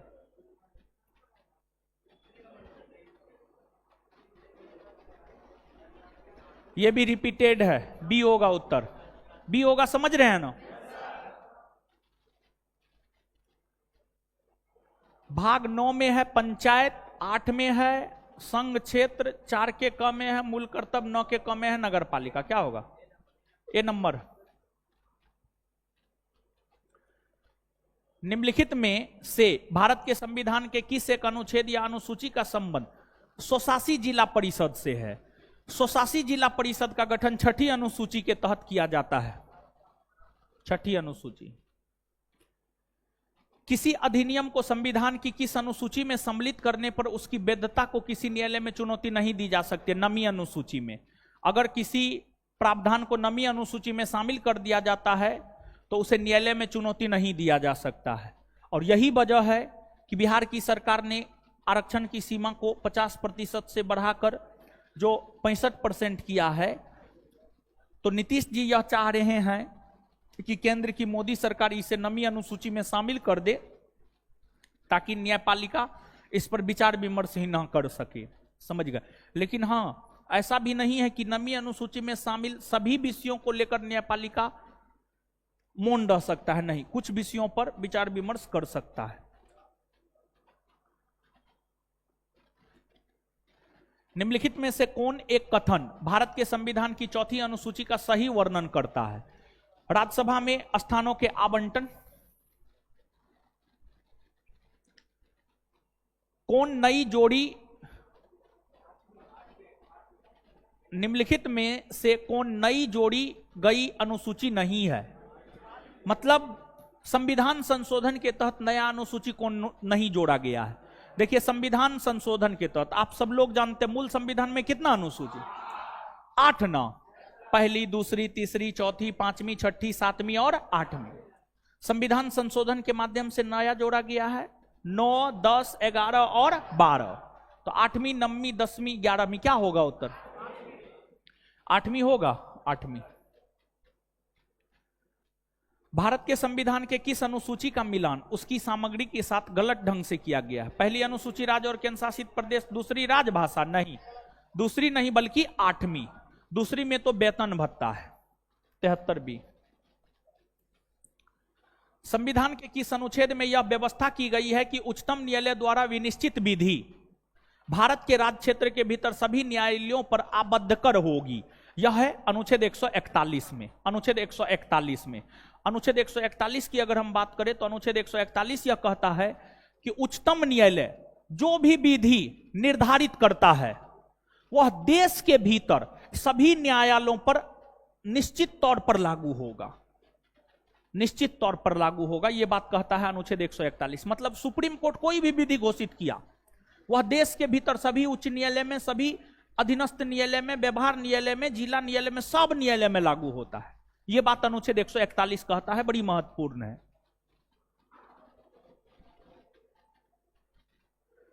भारतीय संविधान का कौन सा अनुच्छेद संवैधानिक प्रावधानों की संघीय संसद या राज्य विधान पालिकाओं द्वारा बनाए गए नियमों कानूनों पर प्राथमिकता प्रदान करती है?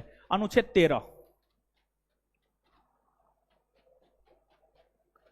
राज्यों द्वारा प्रार्थना करने पर भारत की संसद उन राज्यों के लिए किस अनुच्छेद के अंतर्गत कानून बना सकती है? 252, अनुच्छेद 252। केंद्र राज्य संबंध पढ़ेंगे ना तो वहां पर विस्तार पूर्वक बताएंगे हम। भारतीय संविधान के किस अनुच्छेद में नैसर्गिक न्याय के प्रसिद्ध सिद्धांत सुनवाई के अधिकार का समावेश किया गया है? सुनवाई के अधिकार का समावेश किया गया है। क्या नंबर क्वेश्चन है जी? है 70।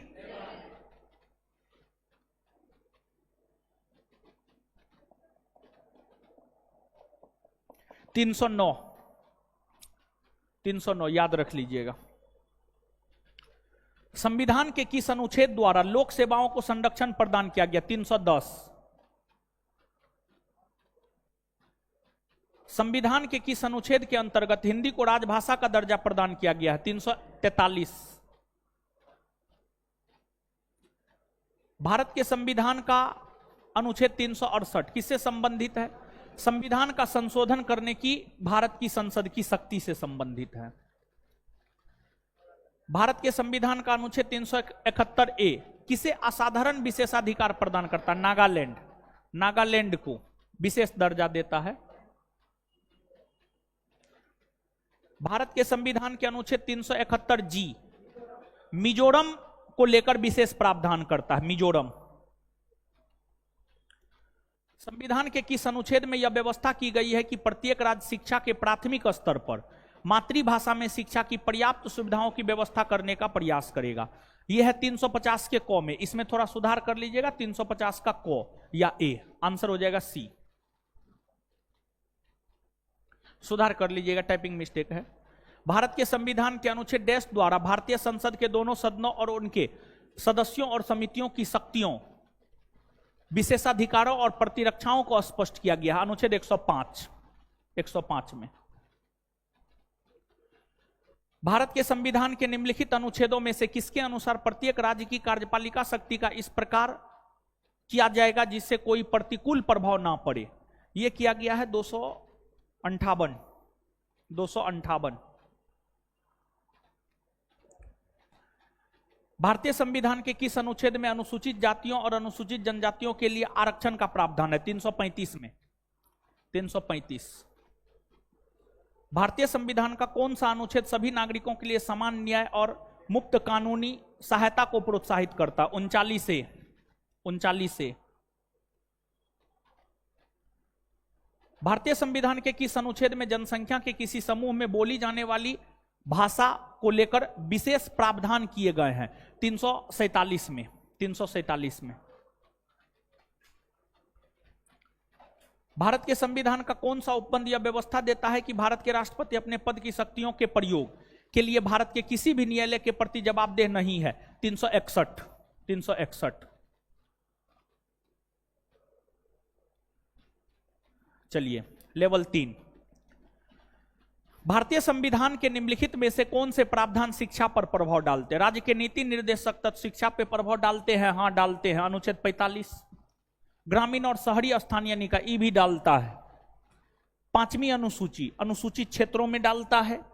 6वीं अनुसूची असम, मेघालय, मिजोरम, त्रिपुरा के क्षेत्र में डालता है। 7वीं अनुसूची में तो समवर्ती सूची, उसमें तो शिक्षा है। सब आंसर हो जाएगा 1, 2, 3, 4 और 5। Answer D. निम्नलिखित कथनों पर विचार कीजिए। भारत की संसद किसी कानून विशेष को भारत के संविधान की नवीं अनुसूची में डाल सकती है। हाँ, डाल सकती है। नवीं अनुसूची में डाले गए किसी कानून की वैधता की परीक्षण किसी न्यायालय द्वारा नहीं किया जा सकता है, उसके ऊपर कोई निर्णय भी नहीं किया जा सकता है। निर्णय किया जा सकता है, निर्णय किया जा सकता है, इसी वजह से ये गलत हो जाएगा। आंसर हो जाएगा केवल एक, केवल एक।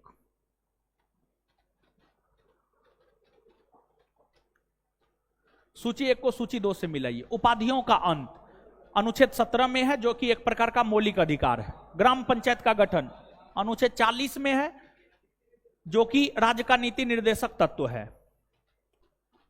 6 से 14 वर्ष तक के बालक या प्रतिपाल्य के लिए शिक्षा के अवसर प्रदान करना 51 कॉम में भी है, उसके अंतर्गत इसको मौलिक अधिकार मौलिक कर्तव्य मान सकते हैं। इंडिया अर्थात भारत राज्यों का संघ है, यह है अनुच्छेद 1 में, जो कि संघ और उसके राज्य क्षेत्र के अंतर्गत आता है। तो देख रहे हैं यहां पर ऑप्शन के अकॉर्डिंग सी को मौलिक कर्तव्य मानना पड़ रहा है। ऐसे सी को जो है आप मौलिक अधिकार भी मान सकते हैं, क्योंकि अनुच्छेद 21 के कम में है। लेकिन जो है ऑप्शन के अकॉर्डिंग जो है चीजों को लेकर के जो है आपको बढ़ना पड़ेगा आगे। आंसर क्या हो जाएगा?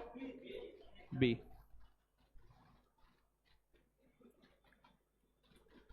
निम्नलिखित विषयों पर विचार करें तथा उन्हें क्रमानुसार जैसे संविधान में उल्लिखित है व्यवस्थित कीजिए। संघ तथा उसका राज्य क्षेत्र, मौलिक कर्तव्य, नागरिकता, राज्य के नीति निर्देशक तत्व। संघ तथा उसके राज्य क्षेत्र, इसकी चर्चा है भारतीय संविधान के भाग 1 में। भाग 2 में है नागरिकता यानी 3। भाग 3 में है मौलिक अधिकार, वो है नहीं। भाग 4 में है राज्य के नीति निर्देशक तत्व, और भाग 4 के कम में है मौलिक कर्तव्य। 1 3 4 2। आंसर क्या हो जाएगा? बी। इसको कैसे सजाएं समझे? हाँ,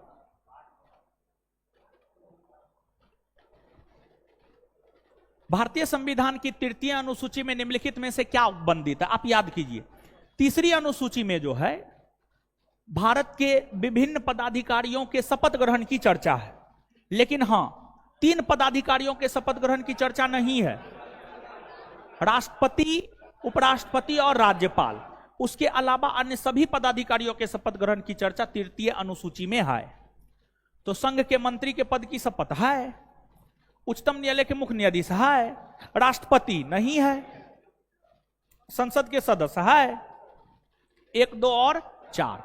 आंसर क्या हो जाएगा? सी।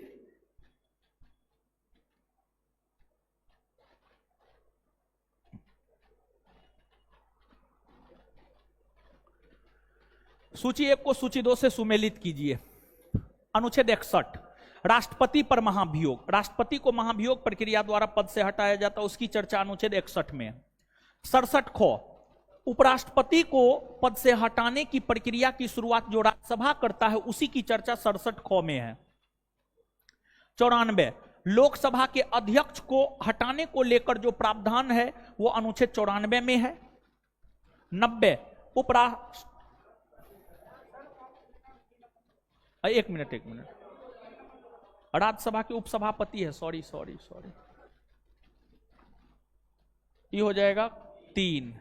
90 राज्यसभा के उपसभापति को हटाना 1 2 3 4 1 है किसी में? ऑप्शन इधर उधर कर दिया है, सी मार लीजिए।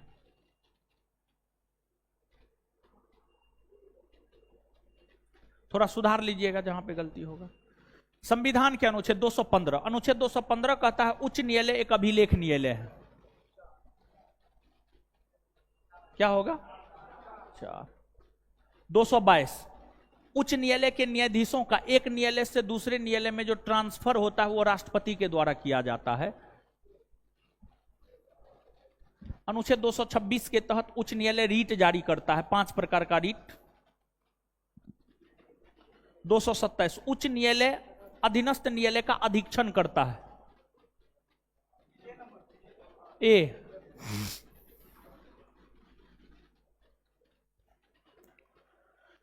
सूची 1 को सूची 2 से सुमेलित कीजिए। अनुच्छेद 75 इसमें मंत्रियों के विषय में विशेष उपबंध है।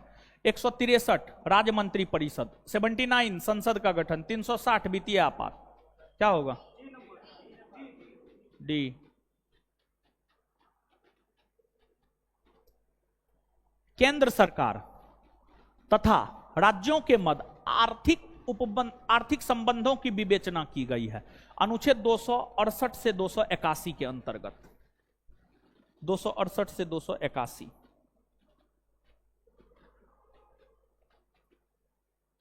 सूची 1 को सूची 2 से सुमेलित कीजिए। 243 के, इसमें राज्य चुनाव आयोग, और राज्य चुनाव आयोग पंचायती राज व्यवस्था के लिए चुनाव करवाता है, नगर पालिका को लेकर चुनाव करवाता है। 243 आई राज्य वित्त आयोग, और फिर 243 जेड जिला योजना समिति, 243 आईई मेट्रोपॉलिटन प्लानिंग के लिए समिति। 2134, 2134 आंसर डी।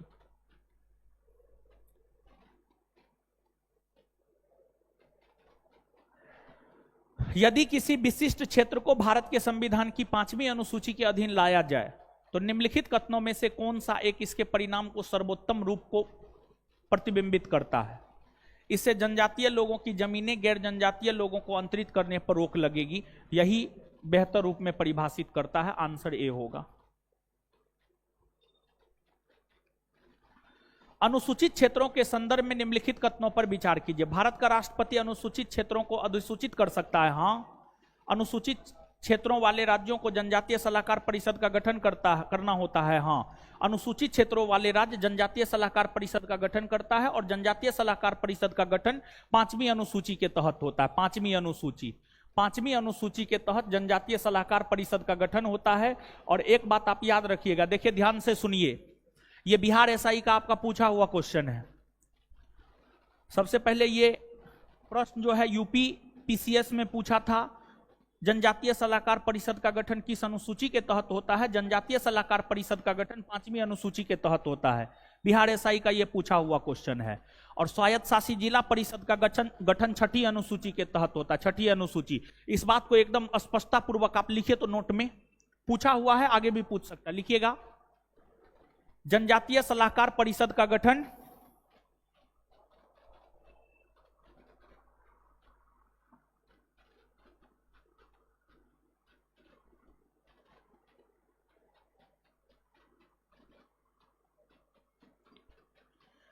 जनजातीय सलाहकार परिषद का गठन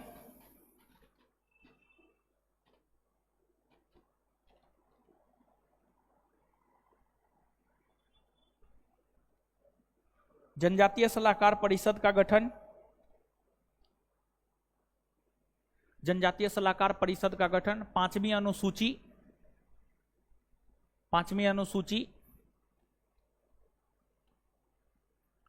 और स्वायत्त शासी जिला परिषद का गठन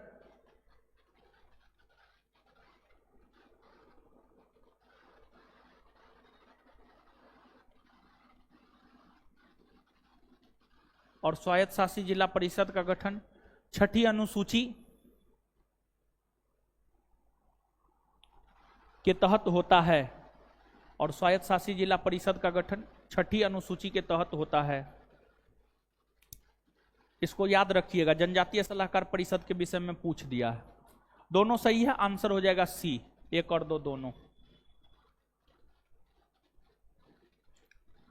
स्वायत्त जिला के संदर्भ में कौन से सही है? प्रत्येक स्वायत्त जिला परिषद में 30 सदस्य होते हैं। हाँ, सही बात है। स्वायत्त जिला परिषद के 24 सदस्य मतदान के द्वारा चुने जाते हैं तथा शेष 6 राज्यपाल द्वारा मनोनीत होते हैं। नहीं, 26 सदस्य मतदान द्वारा चुने जाते हैं और 4 सदस्य राज्यपाल द्वारा मनोनीत होते हैं। 26 मतदान द्वारा चुने जाते हैं और 4 सदस्य राज्यपाल द्वारा मनोनीत होते हैं। असम के स्वायत्त जिलों में भारतीय संसद द्वारा पारित कानूनों को निर्देशित करने का अधिकार राज्यपाल के पास है। हाँ है, आंसर हो जाएगा 1 और 3।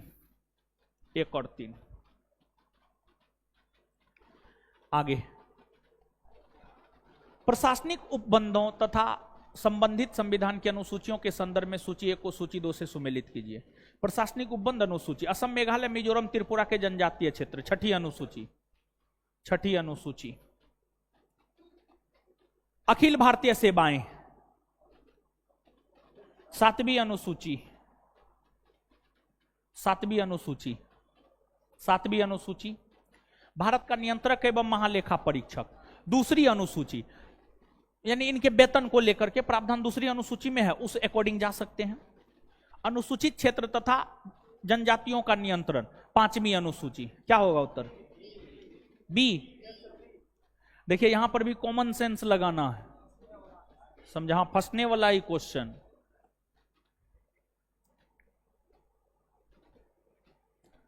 सूची 1 को सूची 2 से सुमेलित कीजिए। राज्य व केंद्र शासित प्रदेश का उल्लेख प्रथम अनुसूची में, वेतन भत्ता द्वितीय में, तृतीय में, चतुर्थ में, 1 2 3 4। आंसर क्या होगा? डी। डी होगा। भारत के संविधान के अनुच्छेद 350A के अधीन उपबंध है प्राथमिक स्तर पर मातृभाषा में शिक्षा की सुविधाओं की व्यवस्था करना। भारत के संविधान के अनुच्छेद 3 के अनुसार संसद विधि द्वारा किसी भी देश पर आक्रमण की घोषणा कर सकेगी ना। अनुच्छेद 3 आक्रमण करने की घोषणा थोड़े करता है। अनुच्छेद 3 जो है किसी भी राज्य के नाम में परिवर्तन, सीमा में परिवर्तन, क्षेत्र में परिवर्तन, ये सब काम करता है, तो ये नहीं होगा। राज्य की सीमा में परिवर्तन, हाँ। क्षेत्रफल बढ़ा सकेगी, हाँ। किसी भी राज्य के अंतर्गत स्वायत्त परिषद की स्थापना, ना। कौन सा सही है? सी।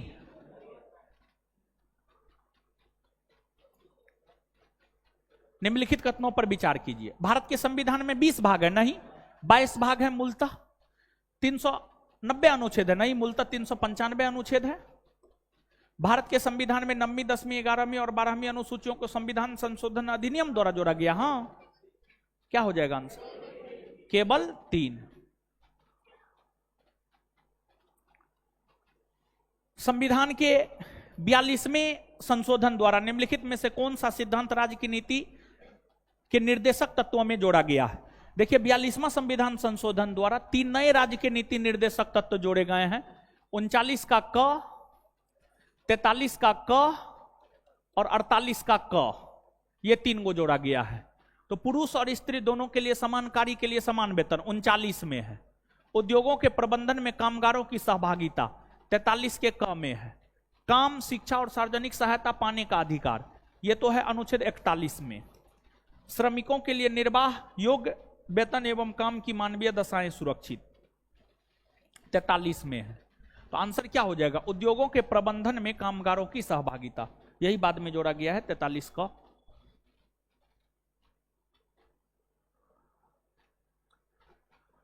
संसद के पास भारतीय संविधान की अनुसूची 7 का सूची 2, अनुसूची 7 का सूची 2 का मतलब क्या हुआ? राज्य सूची। राज्य सूची, राज्य सूची में शामिल विषयों पर कानून बनाने की शक्ति नहीं है। राज्य सूची के विषय पर कानून बनाने की शक्ति संसद को नहीं है, हाँ नहीं है। राज्य सूची के विषय पर कानून बनाने की शक्ति संसद को नहीं है, सही बात है, नहीं है। राज्य सूची के विषय पर कानून बनाता है राज्य विधान मंडल। राज्य सूची के विषय पर कानून कौन बनाता है? राज्य विधान मंडल। राज्य विधान मंडल बनाता है। लेकिन अगर राज्यसभा अपने विशेष बहुमत से संकल्प पारित करता है कि राज्य सूची के विषय पर कानून संसद बनाएगा, तब संसद बना सकती है। तो राज्यसभा को यह अधिकार है, और राज्यसभा को यह अधिकार अनुच्छेद 249 देता है। राज्यसभा को यह अधिकार अनुच्छेद 249 देता है कि राज्यसभा अपने विशेष बहुमत से संकल्प पारित करे कि राज्य सूची का कोई विषय राष्ट्रीय महत्व का है, इसलिए उस पर कानून भारत की संसद बनाए। तो इस स्थिति में राज्य सूची के विषय पर कानून भारत की संसद बना सकता है। तो बताइए, कुछ समझ में आया है? क्या होगा इसका उत्तर? बी होगा, हाँ बी होगा।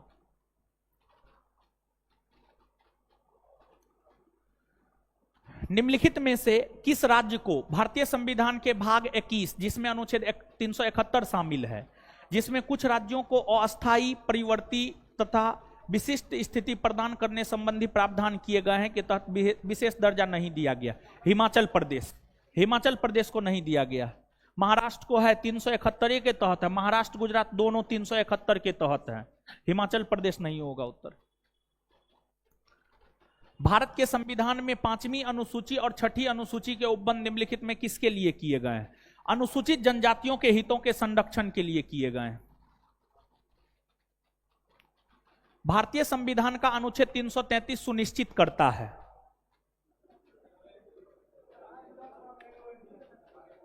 राज्य की विधानसभा में एंग्लो इंडियन समुदाय का प्रतिनिधित्व। खत्म हो गया। चलिए 5 नंबर बहुत बड़ा था, नहीं हो? कुछ रिपीटेड क्वेश्चन भी था।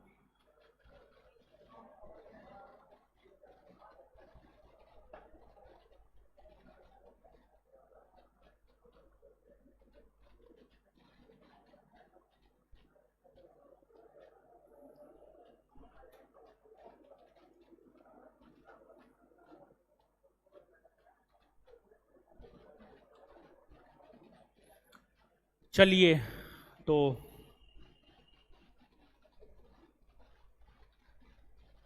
जुड़े रहिए। कल से होगा तो आप लोग का ऑफलाइन क्लास खोल देंगे। आज लगभग संभव है, कल से खोल देंगे क्लास। हाँ आएंगे।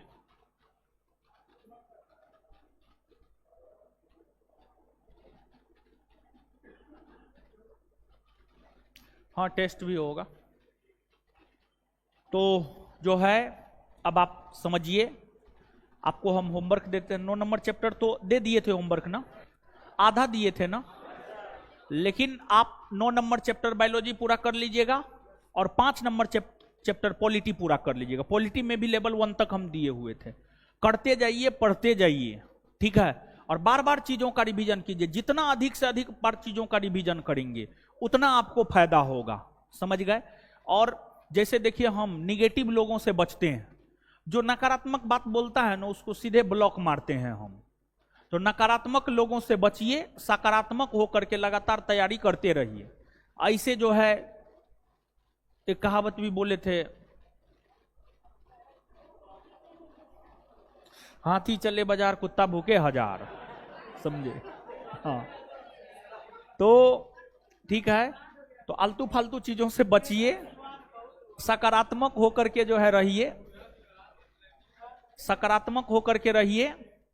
मिलते हैं अगले क्लास में। प्रयास रहेगा कल से आपका ऑफलाइन क्लास हम खोल दें, ठीक है। आज भर ऑनलाइन कीजिए। मिलते हैं अगले क्लास में। आगे बायोलॉजी का क्लास होना चाहिए, होगा, ठीक है। धन्यवाद, काटिए।